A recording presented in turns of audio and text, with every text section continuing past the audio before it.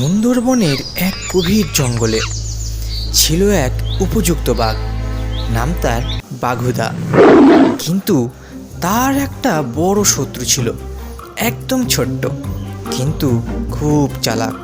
সে ছিল শেয়াল। পাগলা, ওই মাঠেই সোনা ছিল, আমি একটু লুকিয়ে রেখেছি, তুমি একবার দেখলেই বুঝতে পারবে। বাঘুদা শেয়ালের কথা শুনে তো মাঠে চলে যায়।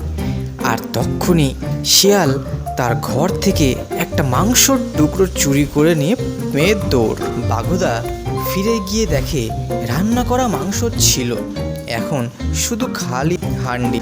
বাঘুদা বলল, শেয়াল রে, একদিন তোর বুদ্ধিকে আমি জঙ্গল থেকে সরিয়েই দেবো। তার কিছুদিন পর শেয়াল দেখে একটা সোনার ছুরি পড়ে আছে রাস্তার মধ্যে। ছুটে যায় সেটাকে দেখবার জন্য। বাঘুদা তখন ঘাসের ভেতরে ছিল ঘাপটি মেরে। যেই শিয়াল কাছে যায় অমনি ঝাঁপিয়ে পড়ল সেই শিয়ালের উপর বাঘুদা। শিয়াল ধরা পড়ে আর বাঘুদা তাকে জঙ্গল থেকে বের করে দেয়। বুদ্ধির ওপর ভরসা ভালো, কিন্তু বেশি চালাকিতে বিপদই আসতে পারে। যদি গল্পটা ভালো লেগে থাকে তাহলে চ্যানেলটাকে লাইক, শেয়ার অ্যান্ড সাবস্ক্রাইব করে কিন্তু অবশ্যই রেখো।